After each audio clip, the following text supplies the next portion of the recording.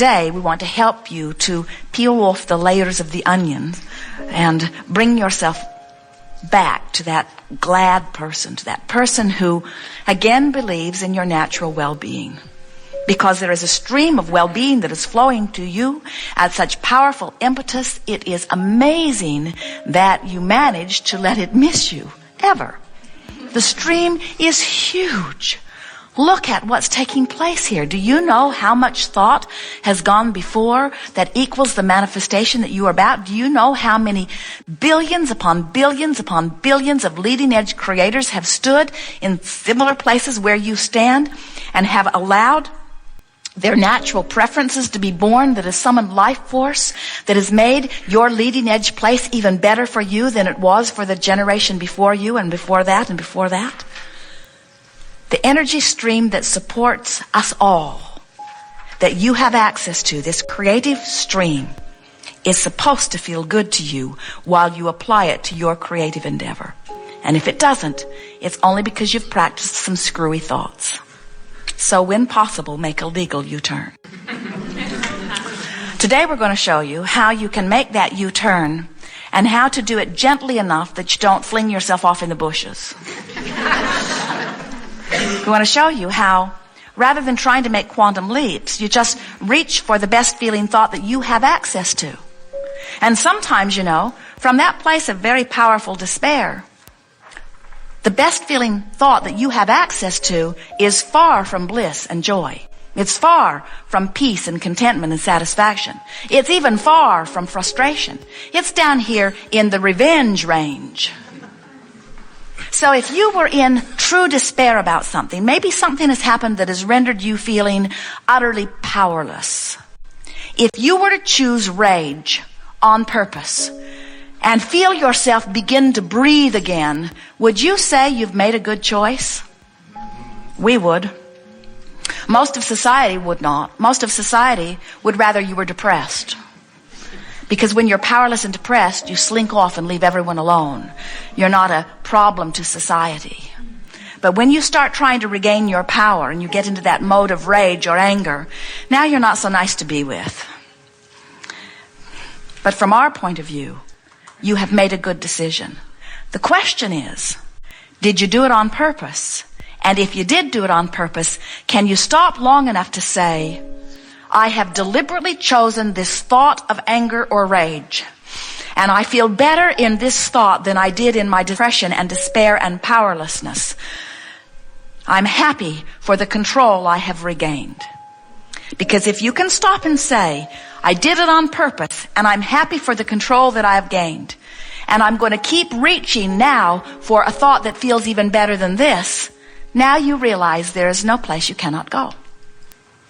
But if you were in despair and you just discovered rage and anger, as you often do because your guidance system guides you to it, it's a sort of natural self-survival instinct. As you discovered it, but you didn't know that you did it on purpose, you didn't know how you got there, then what happens so often is you just bounce back and forth from despair and powerlessness to rage, to despair and powerlessness to rage, and then they give you some label and lock you up somewhere and say that you are a menace to society when you were just doing what any natural joy-seeking being would do who couldn't reach joy from that place. Joseph Campbell coined the best words we've ever heard uttered from physical mouth when he said, follow your bliss. But sometimes you do not have access to bliss from where you are. And if you're reaching for bliss when you are in a vibration so far from it and you cannot find it, then sometimes you feel lost again. So what we want to encourage you to do is begin saying, I can get to wherever I want to be, but right now I'm just going to reach for the best feeling thought that I have access to right now. And when you get there, announce to everybody, I am so angry I could wring your neck. And I feel so much better than I did earlier. And then if you have it within you, you might say to them, I will try to restrain myself, but meanwhile you might want to go someplace else. Eventually, I will be in frustration. And then I will be in appreciation. But right now, I am in anger. And I like it here. I did it on purpose. And those are the key words. I did this on purpose. Watch your children. Watch anybody who finds themselves in a place where they feel powerless. In fact, this entire range of emotions. Oh, let's talk about some of them. So here is despair and powerlessness. And then not too far from that is a feeling of rage.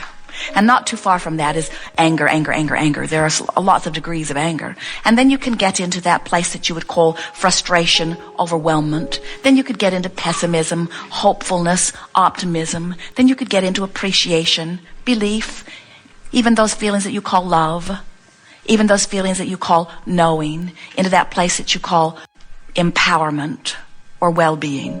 And of course, there are many, many words that we did not speak. And sometimes the word doesn't mean the same thing to you that it means to somebody else. But that's the general vibrational range. We like to call it the emotional range.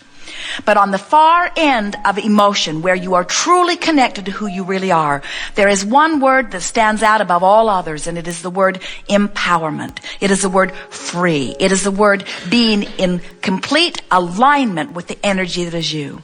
It is the only place that freedom exists, is in that vibrational place where you, who hold all of the power to you, nobody else does, where you have discovered the way to create within yourself a pattern of vibration that allows you full connection to who you really are. That's the only place that you can ever be free. Nobody else can give it to you. You have to do it to yourself. And on the other end of that, on the far other end of that, is a feeling of disempowerment. It's a feeling of powerlessness. So look around you. When do your children most act up? Is it when they feel empowered? Is it when they are inspired? Is it when they are full of themselves? Or is it when they are being restrained? Is it when they are being told that they should not do something? Is it when they are being told that they are inappropriate in some way? And as you pay attention to yourself or to anyone that you know, begin to notice that the feeling of empowerment is bliss. And the feeling of disempowerment is as far from bliss as you can get. And everything about your emotions is about that range, no matter what you call it. So, as you make the decision that you are going to reach for the best thought that you have access to, there's something very important that you have to decide right along with that. Some of you are going to like the sound of this. Others, it will frighten you. You have to decide that you no longer give a rip about what anybody else says. Sometimes people will say, Abraham, you teach selfishness. And we say, indeed we do. Because you have perspective of self. Your guidance system is about self. Every point of consciousness has this awareness of self. Think about it. If there are all of these consciousnesses, and we're not just talking about the human consciousnesses, although we are mostly talking to you about that, but consider all consciousness. Think about it. If every consciousness, even the one-celled amoeba in the ocean, even the cellular consciousness that is within you, if every point of consciousness is reaching for what is best for it, must that not be what is best for the whole? You see, humans think that there is competition. They think that you are in competition for the good stuff. So if somebody over there wants what's best for it, then it might get it and it might deprive you of what's best for you. But that's not the way this universe works. This is an expanding universe that expands proportionate to the desire that is conjured, that is fashioned, that is offered within all consciousness. And so when you understand that there is no competition, that nobody can get your good stuff, only you can allow it or disallow it, then you begin to understand that that's how the universe expands. You don't need to worry about what anybody else is doing. They're not getting your stuff. So when you realize that you are the creator of your own experience and your dominant intention becomes to be a vibrational match with the well-being that flows, there's so much what we want you to hear. That's why we call this gathering the art of allowing. The art of allowing the well-being that you want and deserve into your experience.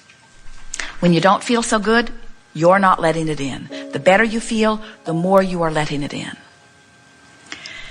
So, when your mantra is, I'm going to start making the best of things. I'm going to make the best of it. I'm going to make the best of it. What you're actually saying is, no matter where I am, no matter what I'm focusing on, I'm reaching for the best thought that I can find. And when you're in despair, the best thought that you can find might be anger, but you can find it. And when you find it and say, there, that feels better, now I'm going to still reach for the best thought I can find. It might be a thought of true frustration, but you can find it. And when you find it, you will feel better. And then when you say, I'm still going to reach for the best feeling thought I can find, it might be a thought of overwhelmment. It might be a thought of pessimism. It might be a thought. Where is blame? So here is despair, disempowerment, and here is anger. Where's blame? Does blame improve your connection, or is there more resistance in blame?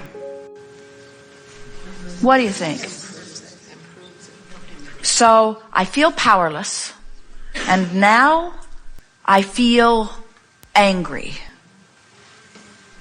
And now I feel blameful. Is blameful improving? Yes. It really is, isn't it?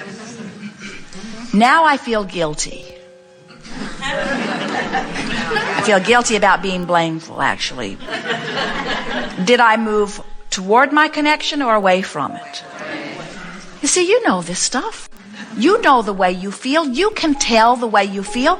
So somebody's watching you, someone from the outside who has a list of rules and requirements to get into the good clubs. And they see you in your anger. And then they see you depressed. Do they understand that you've made an improvement in your anger? Usually not. So now blame them.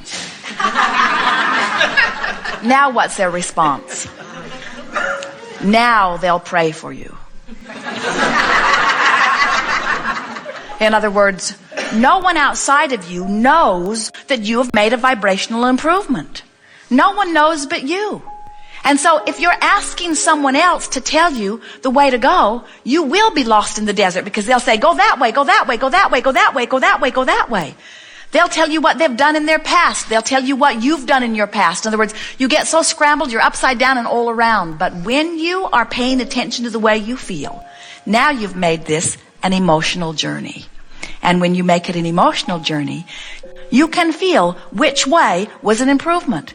It's like your cork floats on the surface of the water. That's where you're supposed to be. You can hold it under the water, but that's unnatural. And when you let go, it's going to bob back up to the surface. And you will too. If you'll pay attention to the way you feel, and you will let your new mantra be, nothing is more important than that I feel good, but I'm not going to follow my bliss today. I can't even see my bliss. I can't even smell my bliss. I can't even remember the last time I felt bliss. I'm not sure if I've ever felt bliss. I've never known anybody that felt bliss. I hate the idea of bliss. I hate everybody that's ever been in bliss.